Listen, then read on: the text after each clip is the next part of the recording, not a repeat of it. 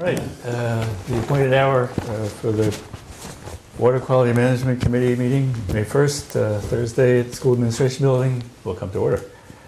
First item on the agenda, we have an update on town meeting, state approval of flow neutral bylaw and grants to be announced and discussed. I'm not sure we need much on town meeting since I think everyone here was there. Or watching. Or watching.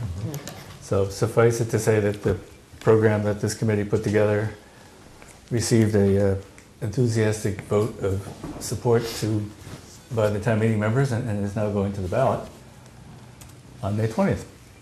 As question 1. Right. State approval of flow neutral bylaw. We remember back a year ago, we went to town meeting with the request that they pass a flow neutral bylaw for this proposed sewer service area.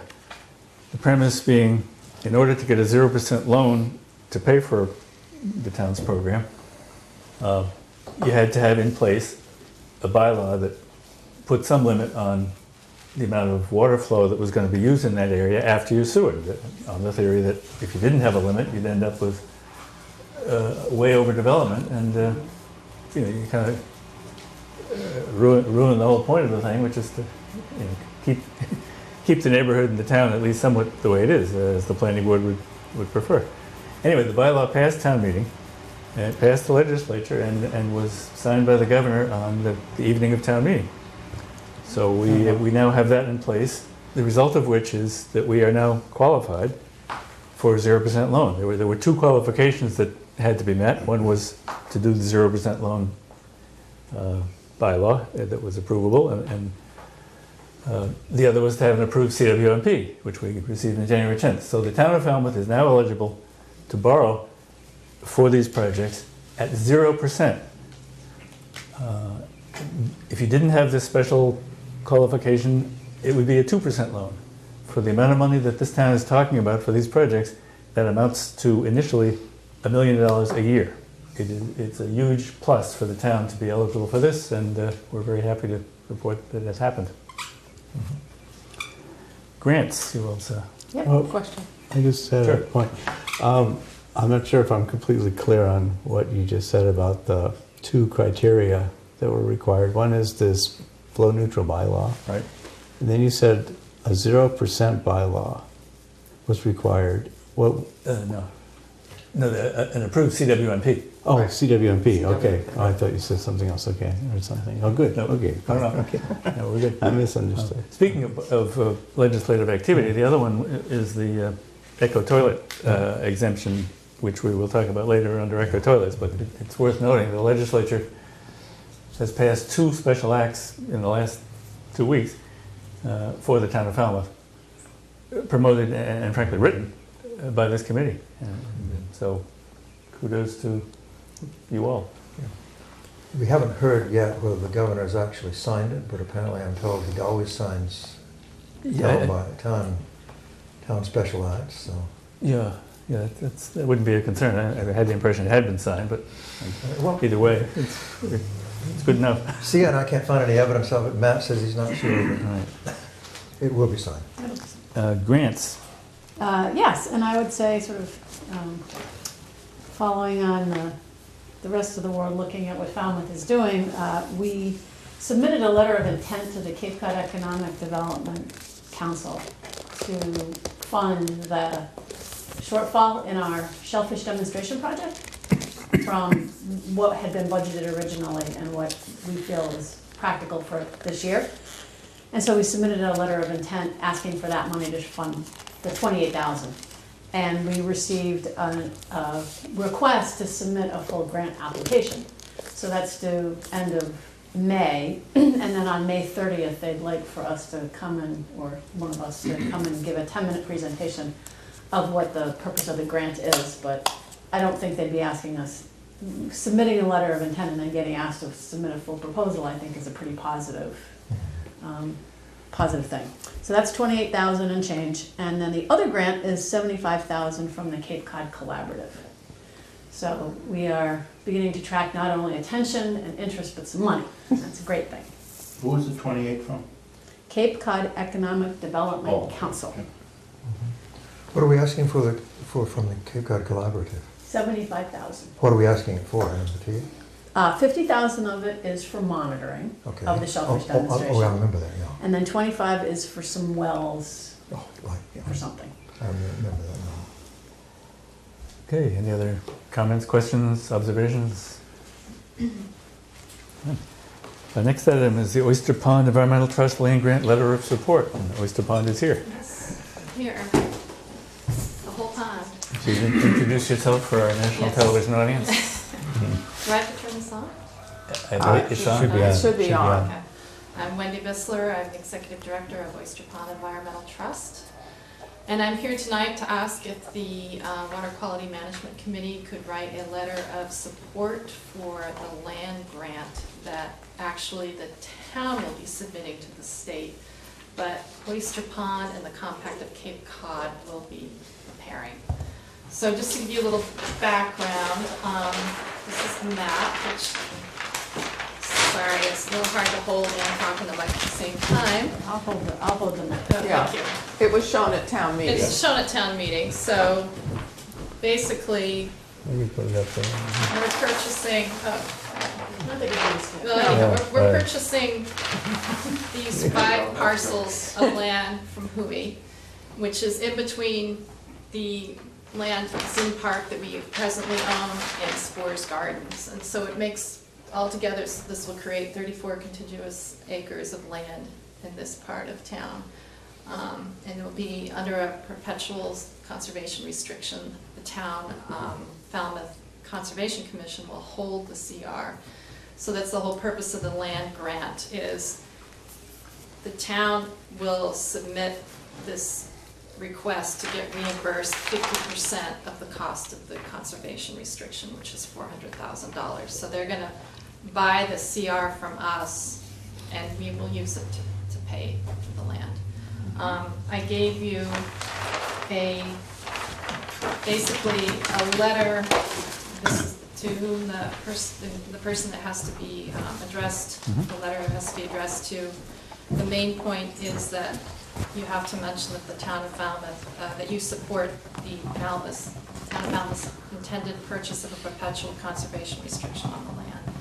And I put in some other bullet points of anything you might want to add. You can pick and choose with what kind of items you'd like to cover in it. But basically the point that we've been really stressing with this is by purchasing this land, we're protecting the water quality of the pond, because this is the last large developable acre in the watershed. And it was kind of hard to see on that map, but there's a huge wetland system that all the water drains into, and then it's the only surface water that actually drains into the pond. So anything that would happen on that land would have a direct impact on the water quality of the pond. Any discussion, observations, motion? Motion. I move to approve it. Okay, Yeah, second. second, okay. Further discussion? I just wondered who in the town's applying, the planning board? It would be the Conservation Commission. Okay, so they're signing, Yeah, they or sign, Julian yeah. on behalf of them? Yeah, so actually, I still have to go before the Board of Selectmen and the Conservation Commission. The Board of Selectmen has to vote to allow Julian, Suso, and the Conservation to submit the grant. That hasn't been done Yeah, this will happen soon. yet. Okay. Yeah, it happened in 2 weeks. It seems like a no-brainer to me, especially since town meeting already voted to approve the Yes, they've already voted. It's $250,000. $250,000. For us to just say that- Community Right. preservation. Okay, fair enough. Any further discussion? Is this something that we would write a letter? Would it also help to have private citizens write letters? It's best just to have this, you don't want to load them up with too many letters. I think it's best just to have a few select Okay. letters. And another point is, the letter needs to be included in the application, so you can either send us a copy of the letter or the original, and we'll make sure it's. When do you included need in it the by? package. It's due June 18th. Oh, okay. Yes, we got plenty Okay. of time. It's worth mentioning, Oyster Pond is sort of being teed up as we speak in terms of the next estuary to be dealt with in more detail. And in fact, Steve has been working with a consultant on that. So Oyster Pond is very much a priority for us, and anything that reduces the Yeah, that's. present or future load of Right, nitrogen exactly. We is a figured good this thing. is a preventative thing. prevents any kind of additional town taxes basically having to spend on removing additional nitrogen. I just had a question, just one thing. It will be like a public place Yes, for it'll be people to, Yes, it'll be definitely open for, to the to public. walk through paths Yeah, and you know, things. it's owned by Hui now, people use it, but Right. it's not really open to the public in this way. This will be available to the public. And what the parking would be at Sport Garden? Or And under the conservation restriction, they'll allow us to have 3 spots near the trailhead, I which see. is the end of Fells Road. Okay. And there's also parking at Spores. Any further discussion? Okay, ready for a vote? All in favor of the motion, signify by saying aye. Aye. Opposed? The ayes have it. Thank you. Thank you for doing this. Yes. Very It's important. terrific. The next item is the update on Little Pond Shellfish demonstration. Sia and Ron have been in the weeds on this subject recently, and what's up? Yeah, how about Ron, if I start with what we did, Yeah, and then fine. you can talk a little, you can add in. So the purpose of going out and doing a survival analysis was to determine if we needed to purchase more seed based on what level of survival we had. So there are 6 rafts with either 100 or 80 bags in each raft in Little Pond right now. This is the seed that was overwintered. It grew in Falmouth Harbor. It tested positive for SSO, which is called a seaside organism, very scientific name, or Haplosporidium costale.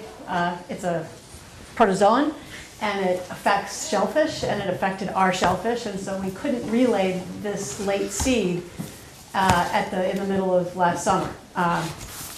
So we kept it in Falmouth Harbor, kept on testing positive at ever decreasing levels, because it's a protozoan, so it's not a disease that would necessarily stay. It's a vector, it's another organism. But as it got colder, the concentrations got almost to below detection limits, and so we realized that if we just kept them, it would clear of SSO, and that's what happened. So by February, we had put them all in a cooler at the Coonamessett Farm Foundation, thanks to the generosity of the foundation. Kept them there, the temperature was consistent, the humidity was consistent, they seemed fine when they were growing in there, but you can only keep them in there for 12 weeks maximum, and because we took them out in December, because of the weather, they had to go out in March. So we relayed them out, we had 500, 600 bags out there with a liter each. And I was checking salinity, because as you may see, it's been a very wet spring, as we all, I think, have experienced. So between Matt Weeks and myself, we went out pretty much weekly and tested salinity, and the salinity maintained the lowest it ever got was 16 parts per thousand. So the salinity held fairly constant between 25, 22, a couple of times it dipped to the 16, but then went right back up. So there wasn't even a prolonged period where it was 16.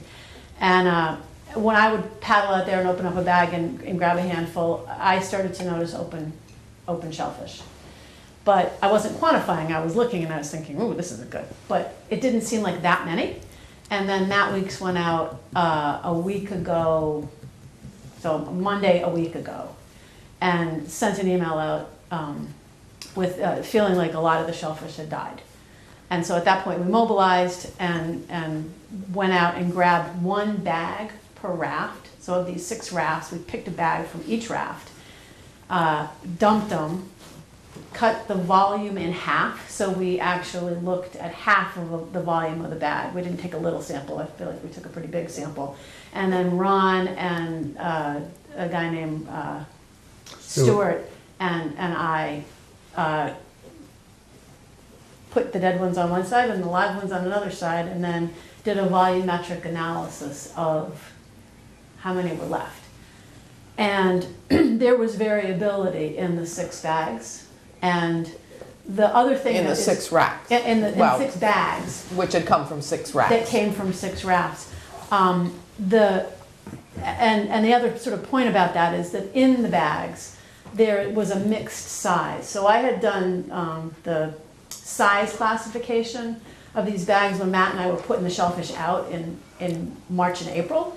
And there was just a mishmash. Some, they were 1/4 inch to 1 inch. So there was a big range of sizes. because nobody had ever gone in and size classed them the way you would, because this was the late batch. And so they grew very inconsistently, if you will. And so in each bag, there were small ones and medium ones and big ones. And except for in one bag that was pretty much all 1 inches, but that had come from a different place, and that whole raft was from a different area. But not to get into the weeds too much, what we found as an average survival is 50%.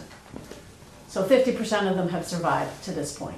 I think it will be really important to go out in 3 weeks. I already have a volunteer that's going to come with, and we're going to go out and grab a bag from a different part of the same raft and do the same kind of analysis. It's, I think, important for us to see if there's a progression or if we're holding at this 50%. And just based on what I saw here, I'm going to look more carefully at the larger seed, because it seemed from our observations that the larger seed seemed to be dying more than the smaller seed. But when I did the size classes, there's far fewer. There's less than 100,000 of that large seed. So this amount of 50% is probably not a bad number, at least for planning purposes. And so that's the finding. That was the result of the analysis. That's where the seed is. Other aspects of the project to update folks on is the Human Resources and Division of Marine and Environmental Services did interviews and are making a decision on our project manager, so that soon we will actually have the person who's going to be in charge of this program, the growing and hopefully doing some of the analytical work, well, definitely doing some of the analytical work as well on board. And Division of Marine Fisheries has asked for a grow out plan. So they want to see from us something in writing about what we're doing this year. The plan is still to grow 2 million oysters. Since we haven't hired staff yet, and in the budget it was to start April 1st, there is definitely some financial wiggle room in our budget right now if we decide that we want to get some seed to augment the die-off. I think that's the report, and if you have any questions, or Ron, you might have things to add. Yeah, thanks, Sia. That's a very good overview. I think that what's interesting, first of all, is that we did a volumetric measurement, so that if we had a pile of larger dead animals of 1 inch versus the live ones, which were smaller, it may not be that the numbers, on a number basis, there would be 50%. In fact, it may be much higher survival in terms of numbers because of the size difference, and it was differentiated. And I guess the school of thought about pitting or storing in a cooler, which seems pretty strange, but but it's commonplace, is that the larger animals have a harder time overwintering. But when they went in, they were basically okay, more or less, from what I wasn't there for the putting them up, but I think Sia could do that. So you were there when we both were that one day when we were scooping up at the entrance at the boat landing. No, I mean when they went out this year. Right. Yeah, I didn't witness with but from what I understand, they were in pretty good shape. So, but the thing is that it's sort of consistent with experiences that smaller ones do better, which is, to me, again, another one of these counterintuitive things, because it seems like the bigger ones have got more reserves, right? Sure. But apparently the smaller ones, so far, and I think that we have to look at this that way. And so there's a possibility that things are more or less what should be expected, and actually better than what we think it is, because of the, that's the optimist in me, but basically because there are more, the smaller ones don't take as much volume. So if you have, a cup of big ones, you can have so many, and then if you have a cup of small ones, it's so many more. So, but we don't know. We'll see. We're going to go back and check. Again, and I think when we were looking at them, a lot of them that were in the quarter-inch range were open too. Yeah. So they weren't just the inch. Right. Open meaning dead. Open meaning dead. Yeah, they were. Yeah. So I think that we'll see how it goes, basically. But I think too that a lot of ways to understand what happened here too is that, you know, the good thing is that the monitoring of salinity was done, which was a concern from last year. So this year things, even with all this rain, things are pretty good. And, but another element is that, you know, as I discussed this a while ago, is that the water is very transparent. There's almost, it's clear, you know? In the spring. Yeah, this In the is. spring, Sure. right, The in the algae winter, haven't in the winter. begun The to bloom. algae, right now it's clear, right, it's the spring. Right. In the summer is when we have the Right. blooms, right, and that's when the shellfish can come into play. So, you know, one question comes in then as we put them out now, which is probably the right time in many ways, but in relatively high density, is there enough food for them once they start, you know, because what happened was during the week after they went in, the water temperature went up almost 10 degrees very quickly. It rose, it just rose, and so the metabolism went up as well. So if they get hungry and then they start feeding, and their metabolism is going. So these are all things to factor in and understand. I think we have to talk to more of the shellfish growers in the area, but usually these are done, you know, they're in the water the whole time, and you know, through the winter, you know, submerged possibly. So we have to look at that aspect as well. And since Little Pond is really a very special case, where we have the limitation of size that we can grow them to because of the quote attractive nuisance issue, it puts us in a whole different framework of maybe looking at more as a nursery, higher density, smaller animals. And maybe, if, you know, what people have been talking about is that you know, that we may be doing it, you know, again in higher density, smaller, and then relaying them to the other ponds. But I want to say one thing that's very important is that I want to thank very much the Marine Environmental Services Department, because they have pitched in during this gap when we're waiting for our staff to be put on. So Matt and Chuck and everyone and Greg, they've been very supportive of our program. And that's been a very important element to it. Matt actually got out there, CA helped as well, and to set the thing up. And I encourage you all to go to look at it, because it looks great. I mean, it really is. And the neighbors are still as enthusiastic as ever. So, the ones that we've encountered anyway. So it's so things are moving well, and it's a bit of a hiccup with this thing. But again, it's a demonstration project, and as we figure these things out and work with them, I think Yeah, that's what's reiterating. Every one of these alternatives, we're learning as we go along. Yeah. And frankly, we're learning because no one else has done it for this purpose. not the same way. Yeah. In the same way with this kind of monitoring and evaluation all along the way. So what would be your lesson learned piece here? When we get half of our little babies dying, what would we do differently next time? I don't know. There's lots of opinions right now, but actually, it could be clear. I mean, you've been talking about just moving them. It could be that we put greater numbers in, okay, and we don't. If the overwintering, I mean, they're not going to be in there in the winter anyway.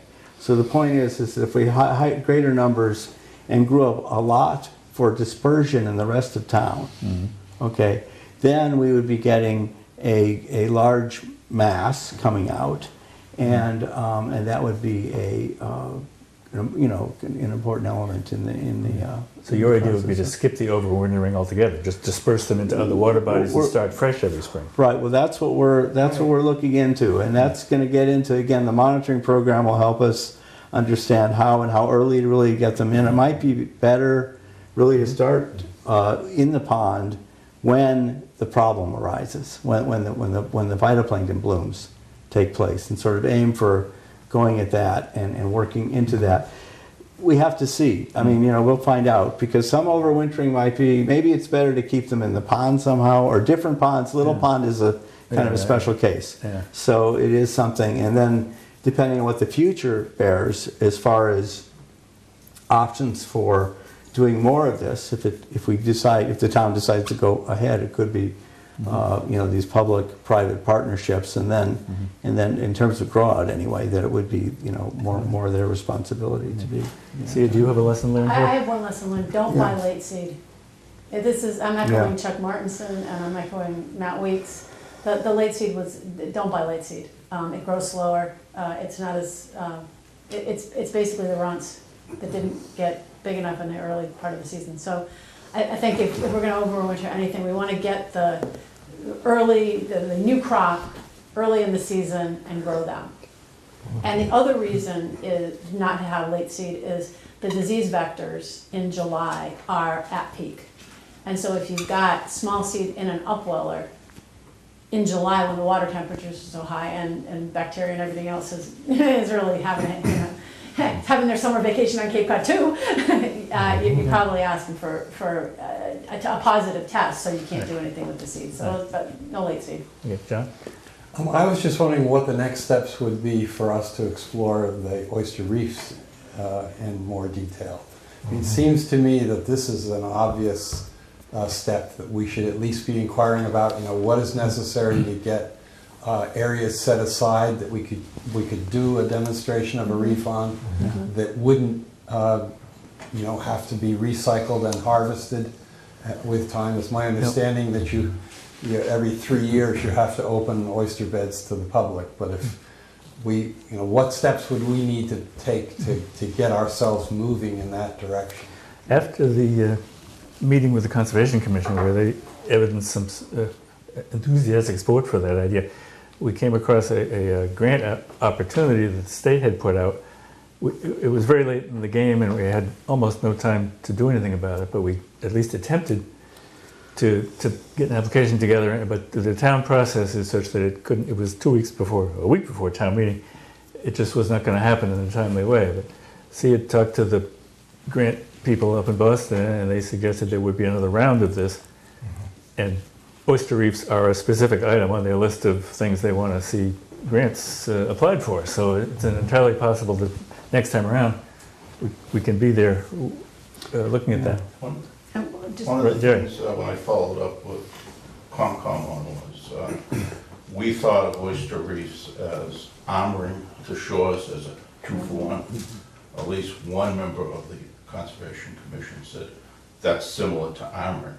They would expect oyster reefs to be put 10, 20, 30 feet away from the shore, so as the waves come in, they don't have the same effect of armoring. So I would think that the next step would be to talk to Concom, because they would control its fill to a certain extent, especially when someone says stop dropping rocks and everything else to fill things up. So I think we should be on the same page, and there may be other bodies of water that's easier done than Little Pond. If we're doing a grant application, we're going to have a specific site, and where it is and how good it is for the oysters and how good it is for the Concom and all the other interested parties. That's going to be worked out before any grant application goes anywhere. At the meeting with Ron Smolowitz, he mentioned a location for a reef based on, remember we were talking about the concrete with the holes in it? It occurred to me later it could be a bunch of old cinder blocks. Yeah, that was for Great Pond. That was for that road, that Great Bay Road or something that's disappearing. That's right, the one that's in Right. One thing about oyster reefs too is that they're not natural here. We don't have them in Falmouth, pretty much. And it doesn't mean that they don't belong here. It's just we can invite them to, possibly. But these are factors to look at. There might be some places where they're much better to go in than others, and a lot of the issue is the muck on the bottom, and maybe some people say put in concrete things and then they stick to them to it, and then they'll grow and come together. We talked about that last meeting. One thing I did want to mention though is that, and we haven't discussed this I don't think yet, is that Sia gave a wonderful presentation at the Conservation Commission. And since the last meeting, and we got we had a very good response. They're quite happy with the way we're going, and they were happy that we sort of were obligated to what we wanted. It was good that we did that they were briefed on what we're doing and how things are moving. So it was a very It was a very good presentation. It was a wonderful presentation, and they had no questions at the end, but only praise. Well, Which is, it's not like them. right.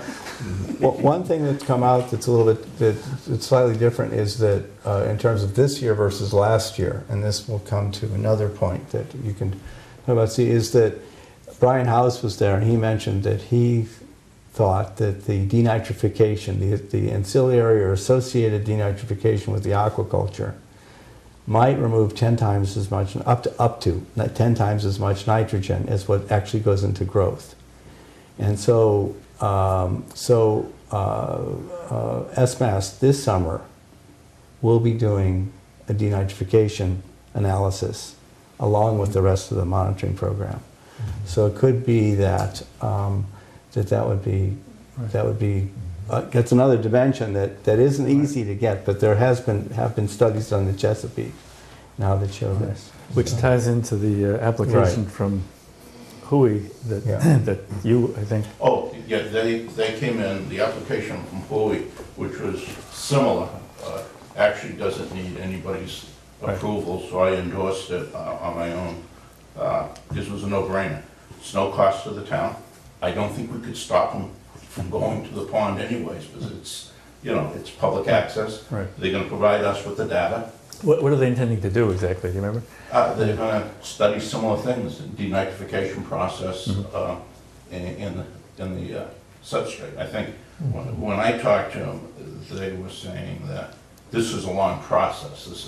This is maybe multiple PhD theses before we could probably get a nitrogen credit out of it. It's not that we shouldn't do it, but I don't think it's something 1 or 2 years of study that will be ready to go to the state and say, now we want to increase nitrogen credit because of denitrification in the soil.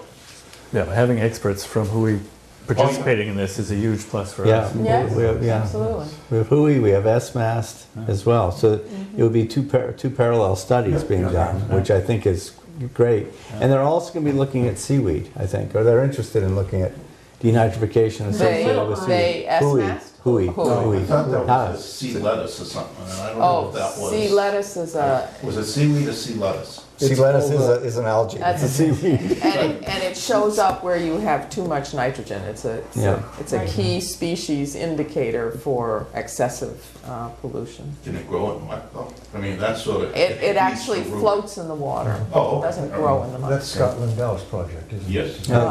Yeah, And he's a co-sponsor of this thing, so. exactly. Right. I think he's growing Grassolaria. I don't think he's growing the... I don't think he's growing ova. Yeah, I don't think he's... Yeah. We really don't want ova. One of the things is, I mean, if the seed is not getting enough food, some of the fish aquaculture projects I used to deal with in another life was go out and feed them. Is there such a thing as sprinkling a little oyster food? You know what oyster food is? No. If you do that, okay. It would go completely contrary to our... Add nitrogen. fertilizer.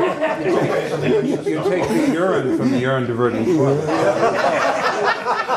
Steve, I'll be over soon. I got 50 gallons, don't worry about it. Yeah, you have to your little straws, going into each one. Since, Chairman, through the chair, since we switched to correspondences and we're going through the Hui letter, Okay.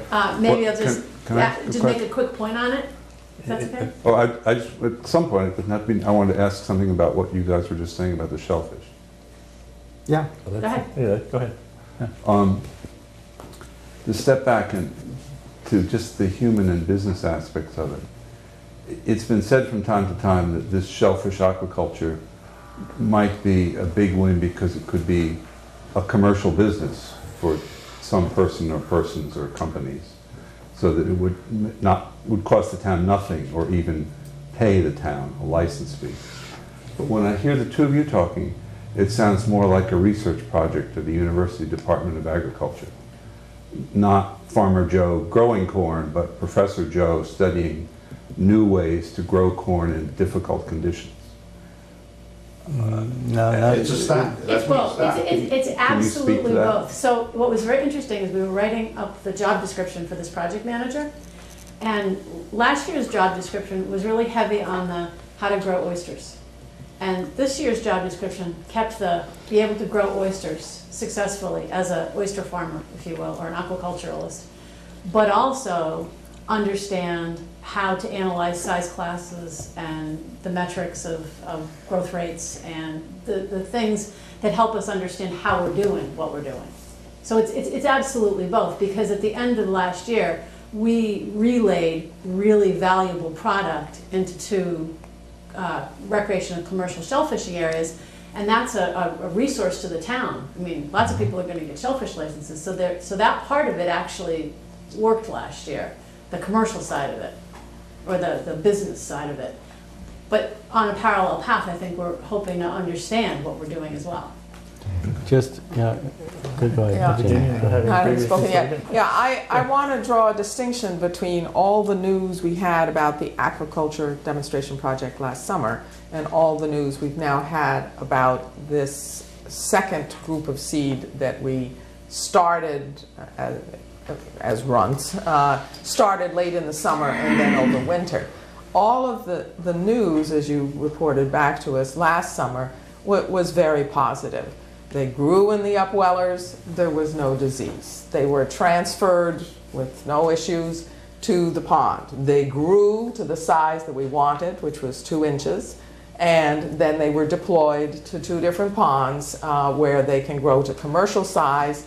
They depurate, so there's no issue of their quality, and there's no issue on their size. So everything we heard was check, check, check, works.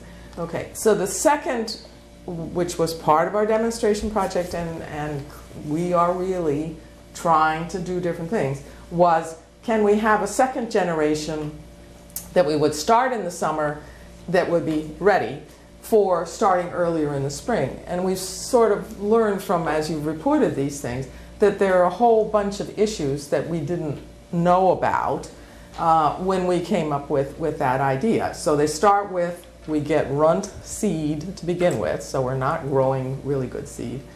They're growing at the hottest time of the year in the Falmouth Inner Harbor upwellers. They are more subject to disease, and in fact, they got diseased. So that rules out where they can go or not go. And so ultimately, they got pitted, correct? And so they never even got into Little Pond because they were diseased. So they were stored. You can only pit for 12 weeks. Well, that's another limitation. So that means because of weather at one end, they got pitted a little sooner, and so they had to go into the water when it was much colder, and then we come up with Ron's concern that maybe there was no food for them once they got in. So we just have to be, you know, these are reality checks of that second idea, and we need to contrast that with, let me finish. Yeah. So we need to contrast that with what I thought I heard you say a little later, was that it would be better to start with a larger amount of seed at the beginning where we had the success, check, check, check, and not go through also all this work of take them out, hit them, bring them back, blah, blah. Right, and I think that those are, yeah, that's correct, but you know, it could very well be that, see, we assume 100% everything's going to work, right?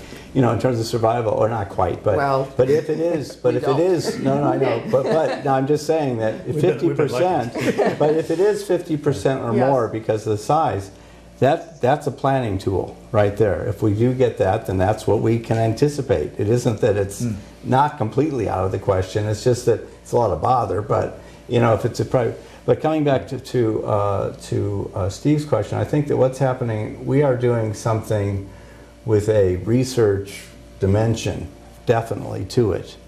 But if it, you know, once it's shown, it's like developing anything, basically, that's used by the public, is that, first of all, aquaculture is well established on Cape Cod.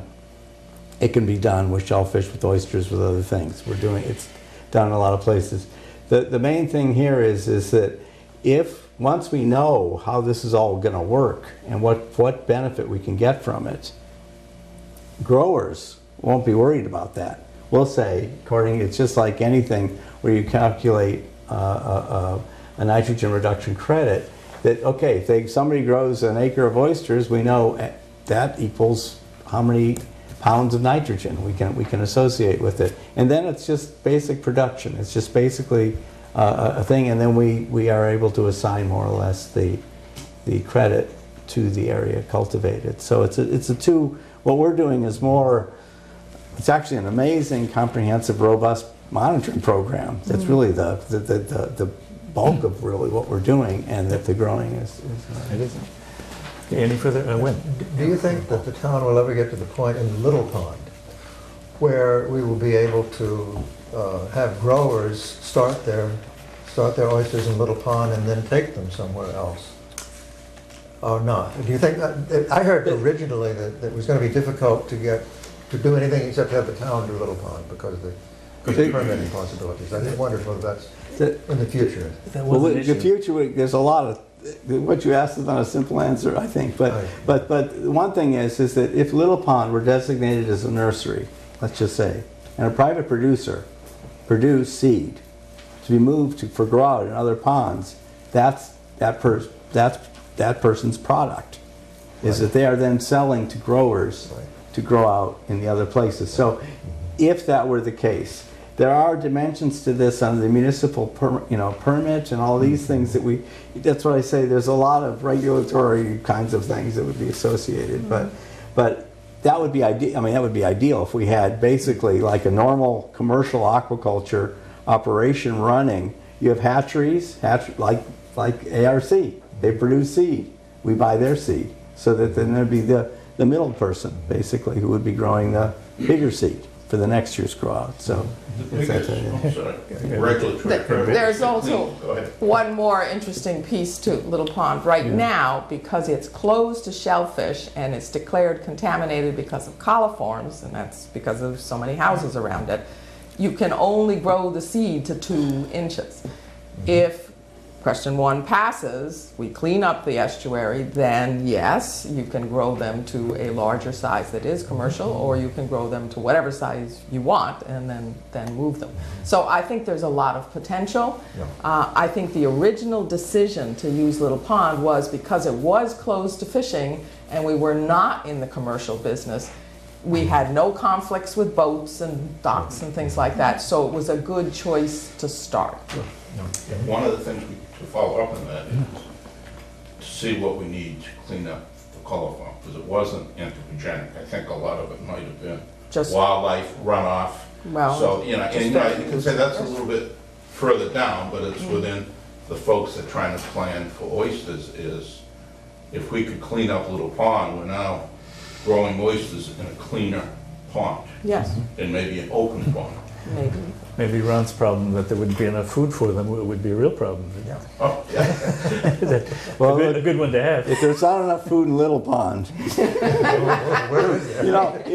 kind of, it could be the density could be lower at this stage, because it could just be that there wasn't enough pieces of the pie available for all of them that were put in. That it's hard to say.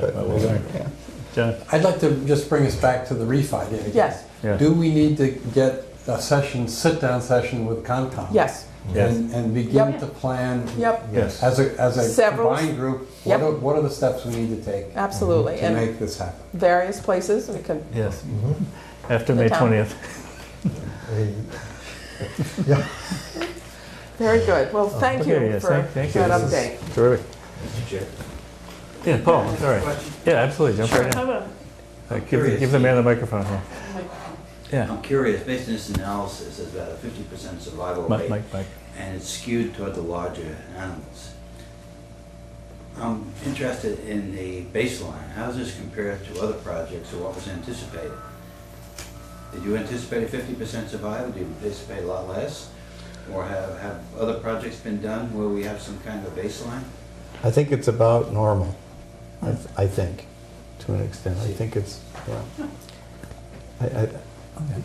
Although, that's what I've heard, the summer set that was then ultimately transferred to West Falmouth and Green Right. Pond We had virtually no mortality with that one. Right, but this is overwintering and pitting and all I this see. kind of thing. You're expecting 50% mortality. It could be from if you that, overwinter. doing From over, the pitted, because yeah. From the pitted. 50% mortality is not what we're gonna go in Yeah. for nitrogen credit.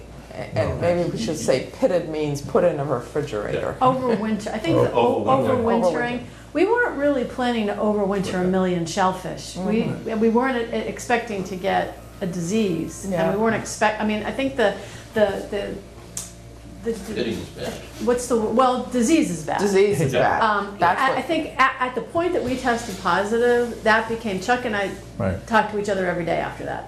I mean, every day, to try to figure out what was our best risk mitigation. What are we gonna do about this? What can we do about this? You know, I was online researching, Ron was, you know, coming up with thoughts for how to clear stuff with SSO. So we were all really trying to deal with, and at a time of year that was harder to deal with because it was the hot season. So I don't think we expected that million shellfish that we got for the late season. We didn't expect half of them to live. We expected more when we were planning the project. But once we were pitting them, sure, pitting, you don't get full. It's a much more stressful situation. And the other thing we also learned is maybe a lower temperature is important for pitting. I mean, we were pitting at what Barnstable County Cooperative Extension recommends for a pitting temperature. But I've heard subsequent to that maybe lower temperatures. So anyway. Can I just ask a practical question? Have we determined how many shellfish we're buying to go in this spring, absenting this overwintering stuff? Has that been decided? Enough to get 2 million in. We need a total. Well, did we say 2 million? about 2 million, yeah. About 2 million. We want a total of 2 million, and we, instead of 1 million of the overwintering, we now have maybe 500,000. Right, and we're gonna test them in 3 weeks. In 3 weeks and see whether that number is good. And we'll make sure that we have 2 million. I think the goal is gonna be to have 2 million, to buy 2 million, to buy enough seed so that the total in Little Pond surviving, at least at the beginning of June, is 2 million. It's 2 million, okay. Okay. Any other comments or questions on this topic? All right, if not. I got a question, sorry. Yes, yeah, jump right in. Can you ask it on the microphone for our nationwide viewing audience? What was the reason for pitting them? The reason for pitting them was that in July, when we wanted to relay them into Little Pond, because they had grown up enough for that relay, they tested positive for SSO. And according to DMF regulations, you are not allowed to relay shellfish from one water body, i.e. Falmouth Harbor, into Little Pond, another water body, if they test positive for any of a number of diseases. So we were holding them in Falmouth Harbor, trying to clear, have them, they needed their virus. They had a viral infection. We were trying to get them well before we moved them. There's one other thing is that we could have left them in Falmouth Harbor if we submerged them below where the ice would be, because the ice would, so that was another option, but it was decided that it was better to move them out and put them in the cold storage. And I think that we might try, depending on what we have at the end of the summer, we may just try the overwintering in situ somewhere, and if they're healthy, then maybe even put some somehow in the middle somewhere. But we'll figure that out. Okay, next year's experiment. Okay, any other questions from the Fourth Estate here? Okay. All right, give the harbor a hand. This is a grant application. Everybody got a copy of it from the Buzzards Bay Coalition. They want to approach, in fact, they have approached 20 households on the waterfront in West Falmouth Harbor, and they're saying to them, if we pay for part of the cost of an eco toilet or a alternative system installed at your house, will you put one in? And we all thought that was the kind of thing we've been promoting, and it's the kind of thing that we ought to be a part of, and they would like us to be a part of, to the $250,000 plus $5,000 worth of Sia's time. Or somebody's time. So everybody had a chance to look at what they're talking about here, and any comments or questions? Or how does it relate? My only, I mean, again, it sounds like a no-brainer. The only reservation I have is, are we still contemplating putting a permeable reactive barrier there? And if you do two things at once, do you confound the science at all, at knowing which contributed to some later resulting reduction in nitrogen? I think the first half of your question is easy, and no. The coalition was very reluctant to get into any kind of PRB that... No, not that they pay for it. No, to supporting it at all. We originally had a site there that looked good to us and looked good to them, but after we found out the impracticality of trenching and the impracticality of the caissons and... Oh, even there? Okay, Even I there. thought that was just the South Shore. I thought No, you still, even there. still held out hope Because it for would have the had to West. go so deep. Still off, 80 feet or something. Yes. Okay. It was even more impractical there. Right, Okay. and it involved injecting oil or Yeah, yes, molasses. no, I knew all those Yes. objections. I just Yes. thought you were going ahead. No, I misunderstood. I thought that's you- off the table. At least at that location at this point, yeah. Okay, that Okay, answers so the the question. West Falmouth is not in the picture at the moment for PRBs, Right, but... unless something else comes up. At their own request, Yeah. yes. There's one Yeah. other piece that we should say, and that just happens to be the not topography, the way the lots are laid out. They are looking at the lots that are immediately on the waterfront, and this road is set in from that. So the PRB wouldn't actually have caught these houses anyway. Right? Yeah. The premise of these houses is they are right on the waterfront. Right. Most of them have old, if not ancient, Cesspool. on-site systems, Yeah. whether they be cesspools or whatever they may be. But whatever they are, they're probably contributing more than their fair share to the problems that Harbor's having, Yeah. and they'd be more likely to want to upgrade.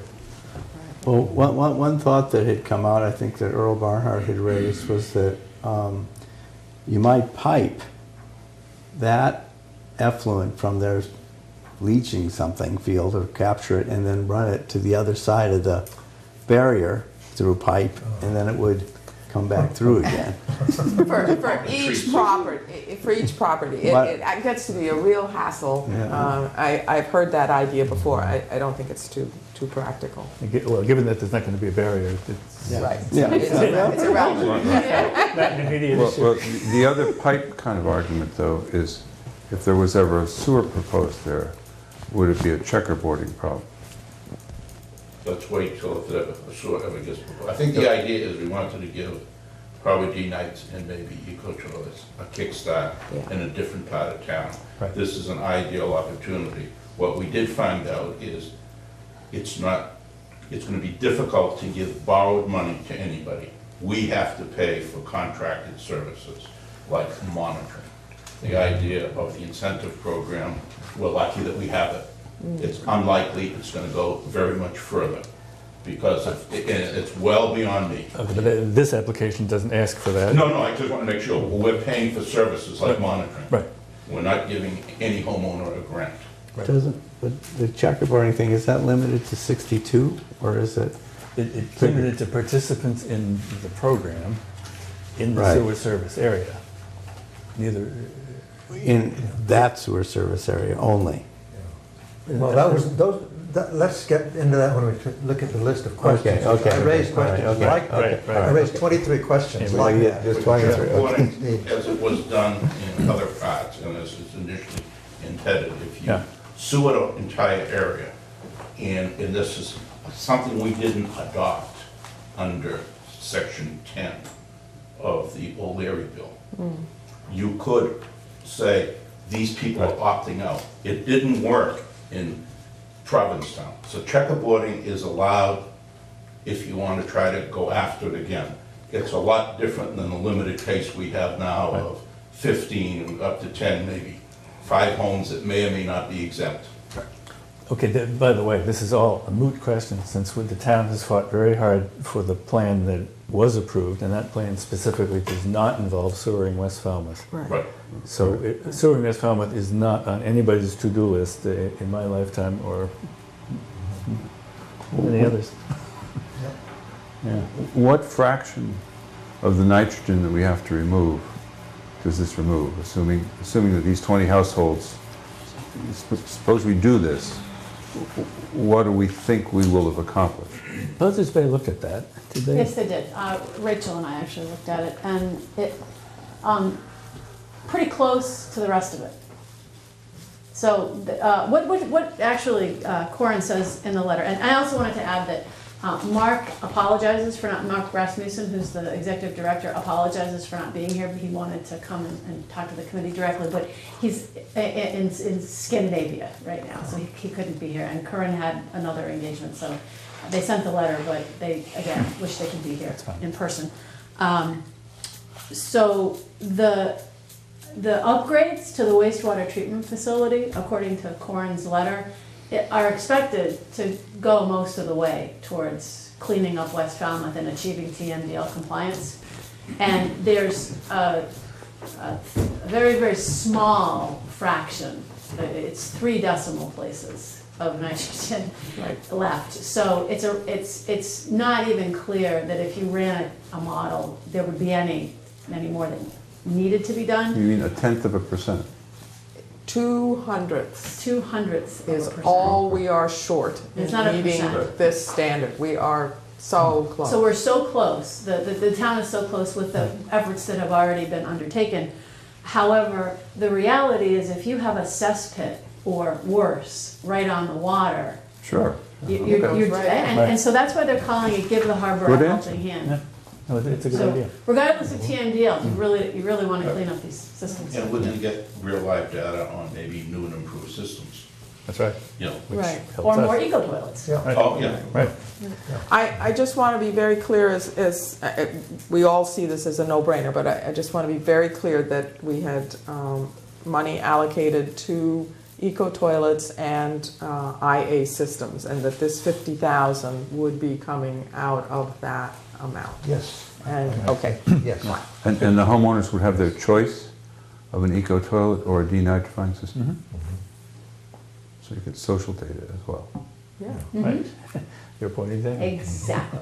Exactly. Very Right. interested to. So we might actually get some denitrifying systems in our. Yeah. Exactly. Well, that's the Yes. goal. Which I think it's Well, exciting. it's in Article.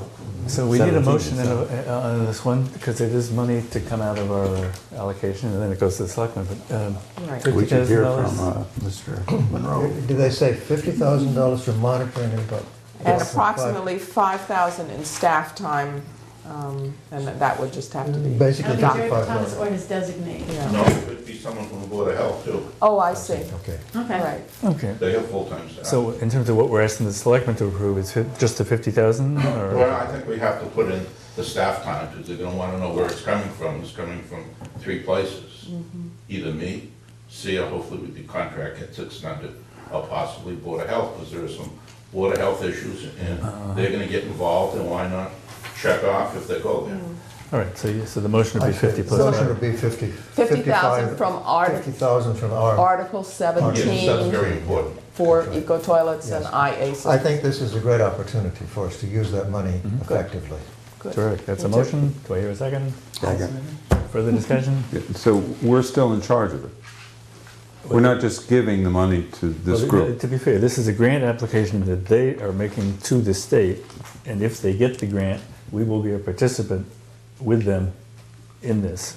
Right, they're in charge. We're Right, participating. they are in charge, and we are the I mean, participant. I was thinking of things like it was voiced by people here earlier, that someone might contract with some firm to design a generic denitrifying system, such that it could become a commodity.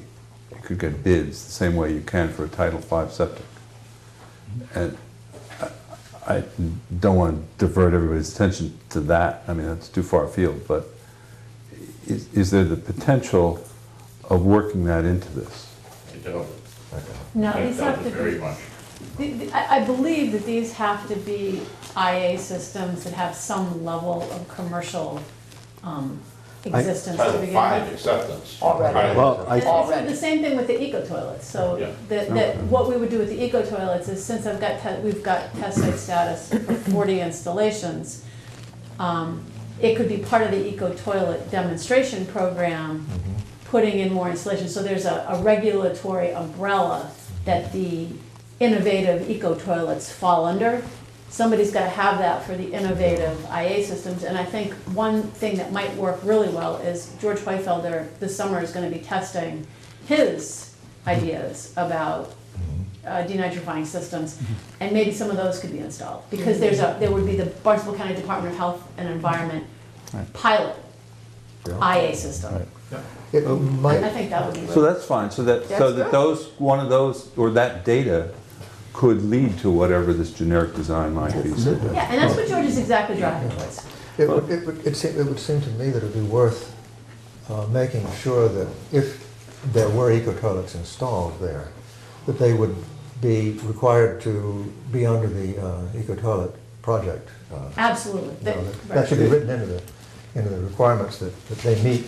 If the eco-toilets are installed, they have to be monitored by George and have to be part of our eco-toilet. That's what I was getting when I said that we'd still be in charge of things like that. What they say is the coalition and the town would provide guidance to help owners choose the technology that is right for them. So it doesn't actually say that they have to join the program, but that was the point of it all. I think we should, when we respond to this, we'll say they have to, the eco-toilet people have to Agree to monitoring. agree to be part of our demonstration. Yes.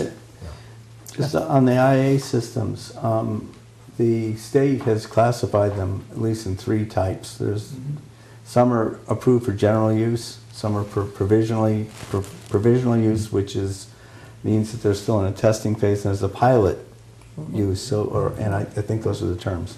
So, would we allow? I don't know what they're looking at, but anyway, it would have to fit within that framework in terms of, because I think there's only about a dozen of the 10s, or I don't know how many there are, that are approved for general use. And so it just depends. And none of them are approved below 19. They may get below 19. I think we're really looking at the conditional, the ones in the middle. I think we'd want to encourage them to go for the ones that are more advanced and likely to produce 10 or 5. a lower number. Yeah. Right. Absolutely. Right. And that'll be monitored, so we'll know. There you go. So. Right. Call the vote?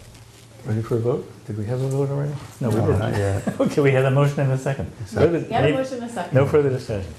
All in favor? Aye. Opposed? The ayes have it. Keep going. Echo toilet discussion. Okay. Wynn sent around a very pithy email. Against my better judgment, I let it come to the floor today without further editing, and because both Sia and Eric said that it should come that way, so. Well, you had done it, and there's no point in making you rewrite everything every time you come here. Yeah. Sia's first remark on it was, nobody's going to be able to understand this. And, Could I we didn't ask you, quite say it what, that way. I said it was too long. what is your intent? My intent in writing this was to clarify in my own mind as much information as I had at the time about the law and what it would require us to do and what the problems would be in carrying out the project that the law proposes. And I wrote this first, let's go through the summary of the content. I think I've got it accurate. A section in which I worked through this, using your values for the eco toilets and for the sewer and the things we've been working on. Sia and I and Cape Cod Commission, everybody else has been working on values for eco toilets to compare with them. And then just a session on the various advantages and disadvantages in there. You can read those.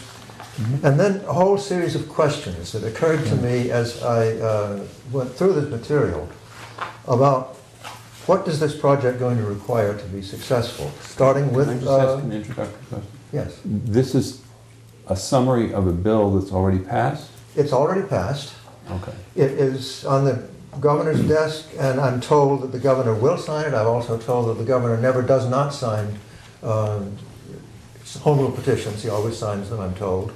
So, and it may be signed already, we just don't know. It's not a summary, really. What? It's a list of things we could do to implement it. The bill simply says the selectmen can allow people in the demonstration project to opt out of sewers if the selectmen approved. Yeah, that comes in those questions that I Yeah, was, but, you know, there's only 15. It has to meet certain nitrogen credit standards. And, When so you say they- only 15, what do you mean? well, that's what our incentive program is right now. Right now, it is only 15, but this is something for the Little Pond area.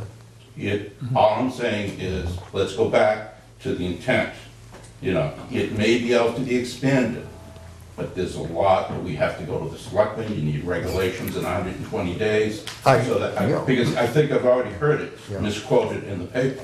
Yeah, you have heard it misquoted. Yes. Oh, Yes. And, you know, and that's important, that, Yes. you know, to be exempt from betterments, there's a long way, there's no guarantee. These were exactly those 23 questions Yeah. I put down here. I asked a lot of those questions, a lot of questions have to be asked about this before we know what's going to happen. I just wanted to clarify one thing. So the legislation says the eco toilet demonstration program. The eco toilet incentive program, which is the 15 houses, is a subset of the demonstration program. That's right. Okay, so just, so it didn't say the eco toilet incentive program. So Demonstration. it's the whole demonstration, and so that's, They must join the demonstration have to program. join the if they want to. But we don't have enough money to give them $5,000. right, so. Well, that's a question that I wanted to ask. Right now, it's a fact. Well, we got 24 questions. Why don't we start with the first part? That's really important. Are they, the first one I said is, should they get an incentive payment? Okay. That's one of the questions in there. Did they get The it? finance director has indicated it's. Okay, Well, no, I'm just trying to tell them what I've heard. No, we've hit that point. Can we Alright. start with your presentation, which is the Okay. summary of costs and advantages and disadvantages? You've got a chart here. Yeah. And I used these sewering costs, came right out of the report which Okay.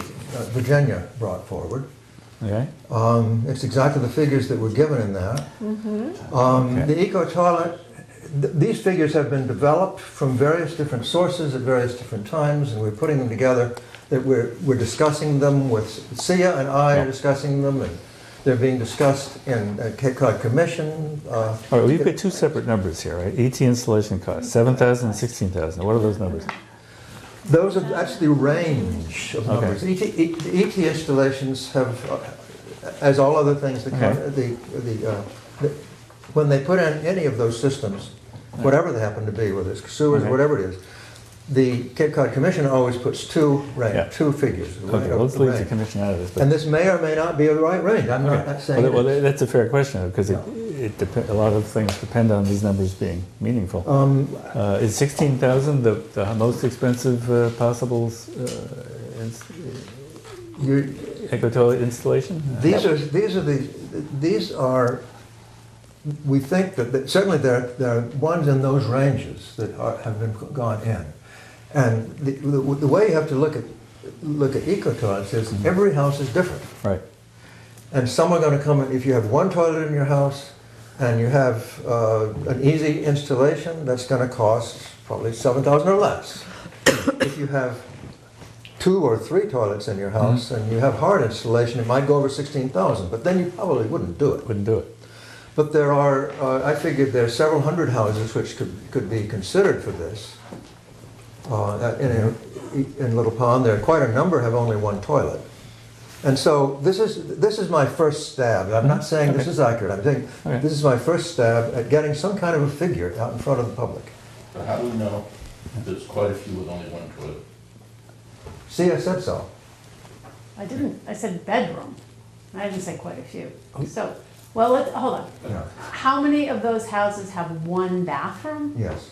We'd have to look. We'd have to look. We'd have to look. The only one I know of has one bathroom. But in other words, there are quite a number of houses that do have one bathroom. There's some that have 2 bathrooms. How do you quantify that? Well, you could you probably look at the records. No, it's a Or project. you go around and you sample, you find out, you ask people. But I mean, you're missing the point. You're missing the whole point. The whole point is that there are some people in that area. We're not looking at 200 people to do it. We're looking at 10, 15, 20, or 30 at most. We don't expect to get more than that. We can only pay for 5. Well, look, We aren't even asking, we're not even asking yet the question. The question has not come up whether, I put a question mark by that 5,000 because I don't know how much it's going to be. But we're looking at finding people who would save money by putting in eco-toilets. Okay. And I've tried to quantify that by saying that if we had the 5,000, there are some people who might come in as low as 11,500. And other people might come as high as 35,000. If you didn't have the 500, if you didn't have the 500, you're talking about people coming in as low as 15,000, and the lowest sewering they're going to have to pay is 25,000. Correct. We need to correct something here. Yeah. Some of your figures are cost per year, and some of your figures are total. And so you have two different rulings, two different measuring sticks here. So that we're going to need to rework this. I have converted everything according to a standard procedure to a present value to make comparisons. In other words, 17,000 at the top of the page. I've discounted at 2% a year, which is approximately the same thing as having a 3% inflation rate and discounting at 5% per year, which is what the Cape Cod Commission tends to want to use in their figures. That's what I've used. He's annualized all I've that. annualized everything. No, I haven't. But not the sewer betterment. That's my point, which is the biggest. The sewer betterment is the one big hump. Yes. It's not annualized at all. No, that's right. It isn't. It's 17,500. net present value. So It's net present value at the bottom. Totals are present value figures at the bottom.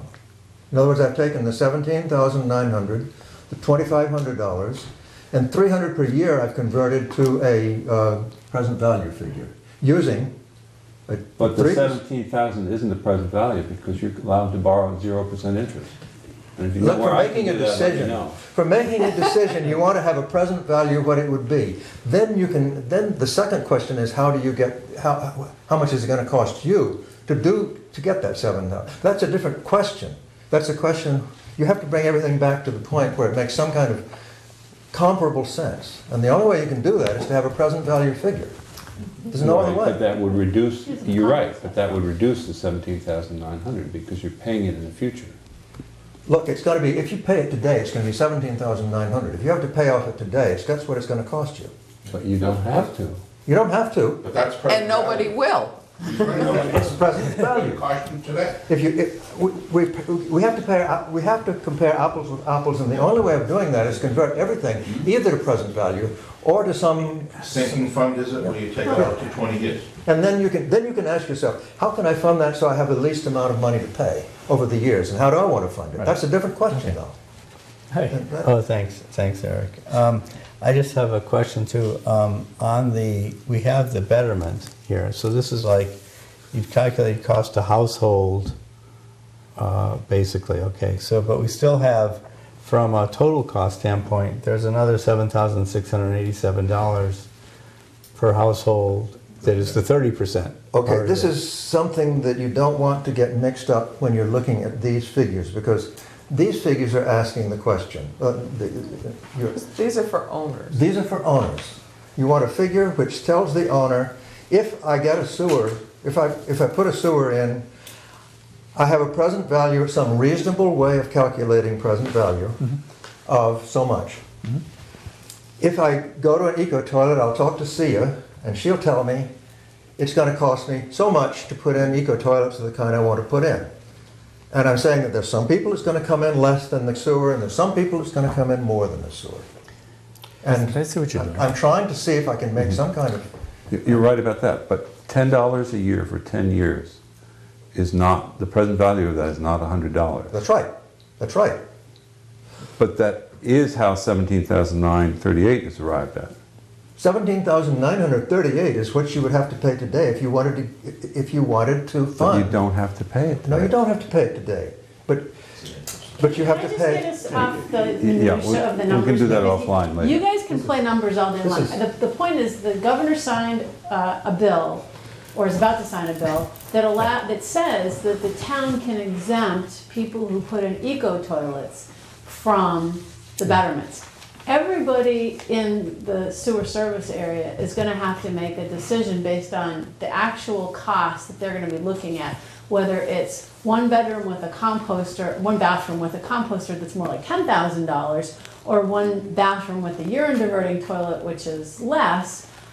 But the real issue we have before us is this is gonna become a lot, and the committee needs to think about the fact that within 120 days, the selectmen are supposed to set up some regulations.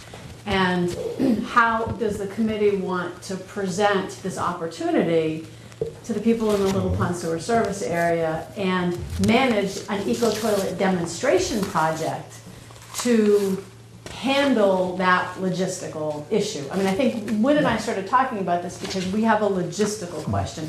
And this, while it's Fair enough. interesting, is going to be made on a case-by-case type, because there's also the time value of money and whether people want to have debt. I mean, there's 100 other non-monetized. But they can make those decisions. They can make those decisions, but we have to And you want to give them a basis for doing we so. have a project. But then I have a really basic question, Yeah. which maybe just shows that I wasn't paying attention.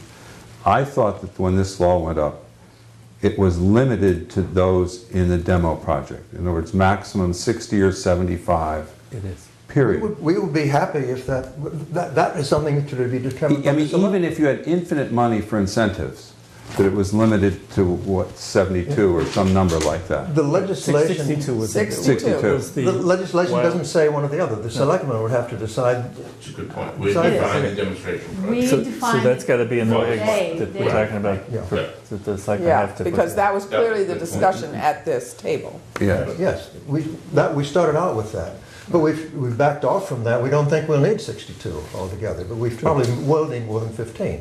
And so we're looking to see if we can get some from that area. But suppose 120 people wanted to do this. The selectmen will have to make a decision. On the basis of the law, they can So do the it. state actually gave us more power than we asked for. Yeah. Well, the other thing that we've lost sight of is we haven't yet demonstrated that these things remove the amount of nitrogen necessary for us to meet our TMDLs. Yeah. So, you know, we're getting ahead of ourselves. Well, that's the purpose of the demonstration project. is to Right, Determine but that, and we've got 15 going in, and we'll see what Well, we happens. can't exempt people from betterments if they may have to tie into the sewer. They can defer it, but they pay half the interest rate. This has to match up when the selectmen come up with betterments. And if someone's in the sewer service area, you're gonna have to say, let's say, you know, we got 20 people. Yeah. Are the selectmen gonna exempt 20 people from betterments? Yeah. At $17,000 each? Yeah. Someone else now has to pay for that. Yeah, exactly. And we may have to sewer more people, because we don't know how much nitrogen it's removing. Well, Not sure how there's that's another true. whole aspect of this, which I thought about, which I think is relevant to what you're talking about. We don't know when these people have to make their decision to do one thing or the other. They have at least a year and a half before the sewer is going to start. Selectmen will make a decision Selectmen within have- a year The on select, betterment. sure, yeah, okay, well then, but the point is, we have quite a bit of time, and we have quite a number of toilets already going in. By that time, we should have a better idea of how much. I think we're mixing up a good idea for the entire town with a live project that's going forward. Town may vote it down, so this may be, get a Yeah, kickstart. that's right, that's it, yeah. But I think you're giving false hope, because no one, the selectmen haven't said that they would exempt anybody from betterment. That's- We don't know if it would prove to be exempt from betterment. Yeah. So we're gonna ask someone to put something in that may or may not be exempted. So You know, all of that has to be done. All of those questions have to be answered. We'll know in That's 120 days question whether number the selectmen have done any And regs. that's true, yeah. Yeah. And presumably before they install this thing, they will go to the selectmen and get the blessing of Yeah. the selectmen Let's to hope do so. it. And we have to make some suggestions to the selectmen of how it might work. It Right. seems to me it would be good for us to do that. That's true. the Right. point I'm trying to make. That's Yeah, what we need to we'll- give them a framework. We need to, Yeah. in the same way that the Eco-Toilet Incentive Program has a crank that we turn. We know Yeah. exactly what we're doing. We have a system in place that goes the same way every time. And that's what we need for this. We need to establish a system, and it needs to be one that the selectmen, the way the Board of Health have agreed to the system we have for the current Right. installation. Well, isn't the basic question that we would be, at issue here would be how many, I mean, what it is pretty clear. You get exempted from betterments. it's You may. how many. Well, you won't No, do I it- mean, what you we won't do would it be if you're not. recommending to the selectmen, if they said, what should we do? We could either say, don't give anybody an exemption, give 15, give 62, or give any number, That's fair. Yeah, Yeah. yeah. That's fair. right? We Those, have to first find somebody those who are wants the to have an four exemption. basic choices. Well, that's exactly the Oh, point. that's it. This is the how many No, angels. but those are the four Angels basic ahead of the limits. pin, That's yeah. what I'm saying, because it's Right. important to see, We- something very important. At this point, it would be good if you would read through. Yes. Now, is it clear what I'm trying to do with this cost thing? It's clear what you're trying to do. Yes. Okay, Yep. move on. Okay. And we can overlook the other advantages and disadvantages Yeah. for the moment. Right. But let's just go down this list of questions, and because a lot of the questions in this list have been the questions that we've been raising. Will the selectmen choose to grant the exemptions? Can the selectmen specify how many installations may be exempted? If so, how many exemptions will the selectmen allow? Will selectmen grant, you say the selectmen are not going to grant. No, I said I've been advised. Okay, Selectmen can do what they want. yeah, okay. Will they grant 5,300 to owners taking advantage of this exemption? Will the Board of Health handle the people requesting the exemption in the same way that any other applicant for the eco-toilet project is handled? Probably, I hope so. I wouldn't see why Well, not. wait, I don't see you're why not not. trying to turn us into fortune tellers. Right, I mean, shouldn't these be phrased as, what should we recommend that the selectmen do? Of course, Yes. yes, Yeah. yes. Yeah, That's that's later on. I asked the question, we need to make these recommendations. And I was throwing this whole thing together as just thinking through the process that I would have to go through, and I wish I'd had time to make it into a more, No, you did a good job in identifying yeah, Everything. milestones. Yeah. But, yeah. Right. Will the Board of Health allow owners to, here's a crucial question. After listening to the Board of Health discussion, after talking with what happened, with what happened at one of the Board of Health meetings with Gail about it, will the Board of Health owners allow owners to install eco-toilets instead of replacing failed septic pools and septic systems to explore whether they can recover if they have a lighter load? And I understand the Board of Health is going to give people, before the sewer goes in, they're going to give people a lot of leeway in doing things. And could someone who installs an eco-toilet be included under that? That they'd be allowed some leeway in handling their septic system until they saw whether they had to replace it or not? I don't know. I don't know the answer. By what date must owners choose to join the eco-toilet demo in order to qualify for the tax exemption? That's certainly after 120 days and sometime before what tax exemption? What tax exemption? Yeah.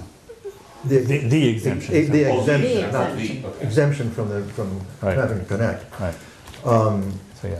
In other words, sometime between 120 days and from when the governor signs it, Right. and the time that they have to make a decision one way or the other, whether they're going to connect or not. because I of do the think project. that we need to be careful here about the decision. That there will be a betterment hearing within about a year. Okay, Okay, so that, let's call it, it's actually a mathematical process. It will take Yeah. the estimated value divided by the certified number of parcels, right, and that will come out with a dollar amount, of which 70% of that dollar amount. Okay, but the actual betterment isn't assessed until the entire project has finished I know being that. constructed, okay? I know So we're talking about 2017. right. The hearing sets the maximum cost that any particular property will pay. Right. It can't, and that maximum is maximum. It might be less. It might be less if it turns out the project costs more, which it should not. Then the town has to absorb that additional cost. So walking out of that hearing, each property owner will know, I will not be paying more than 17,000 or whatever the number is. I may be paying less. So I'm saying that hearing is an important piece of information, but the actual dollar amount that the property owners will pay will not be determined until somewhere about 2017 or 18, understand that. which gives us time to work through and for people to make decisions. And I think it's important for the public to realize that Yes. there's time both to learn and to weigh alternatives. In connection with that, given the fact that, as Jerry points out, it's going to cost the town something every time it gives an exemption.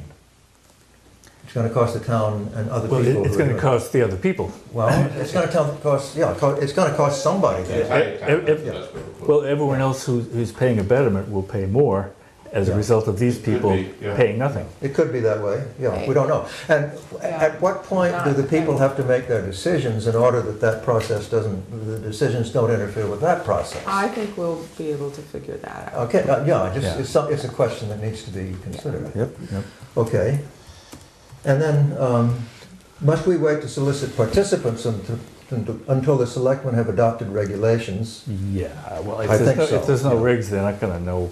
And we can publicize the law and what is going on, we can write letters to the editors, we can write a story, but we can publicize it, that it's going on, but it seems to me we can't actually solicit people until You after. can't say too much until the selectmen decide what they want to do. Right. All we know is the selectmen may. We can correct the impressions, the misimpressions that have been made by the couple of letters that have been put in the newspaper. We Yeah. put out accurate information about what the law says and what. The law doesn't say much. No, it doesn't, that's right. Yeah, Hilda was kind of exaggerating some of the. Yeah, and even Matt said some things that were not quite accurate. That's right. Yeah. So, And the fact of that was that came out in the paper and my email address was put on it. yeah, And I got no emails, Yeah. inquiries, not not yet. one, not I one wouldn't single. expect any at this point. Yeah. Mr. Chair. Nobody's voted yet. Parenthetically, she did not give permission for her email address to be used either. No. But Hilda didn't seem to mind that too much. I want to come back to what I still think I'm correct that there are two things here. There's one major decision, the number who would be exempt, that I think it's appropriate for this committee to debate at this level. Yep. You could decide it within 20 minutes. I don't think. Not Well, tonight. wait a second. Well, no, wait a minute. And the rest are way more detailed. And of those four levels, I mean, for instance, there's no way we're going to vote that no one gets the exemption, or else we would have been truly hypocritical to go through all this time. True. So you're left, it's either 15 or 62 or 20,000. And, But it's only within the sewer service area, so you can Right. forget the 20,000. right, or, I mean, no limit. It's either 15 or 62. Or infinity. Or No limit infinity. in the town, anybody can do it. Infinity and beyond with what's its name. And once you decide that, the rest could be done by some working group. The rest really is So I think a trivial. working group is what we need here. Yes. I disagree with you that that's the first decision we need to make. I think we need to make the decision about how this ought to be handled and then ask ourselves, we need to get an idea. of Yeah, what's let's get a gonna- working group to come in with a product, and then it'll include that question, and we can Yeah. debate it.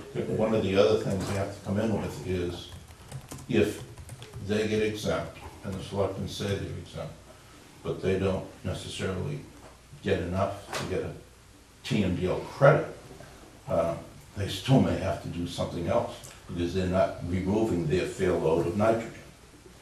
It hinges. Well, credit that's should- why The credit has to hinge on an adequate nitrogen credit, and I don't know what that is now. That's why I'm kind of shocked that this law came through, allowing the possibility of no limit.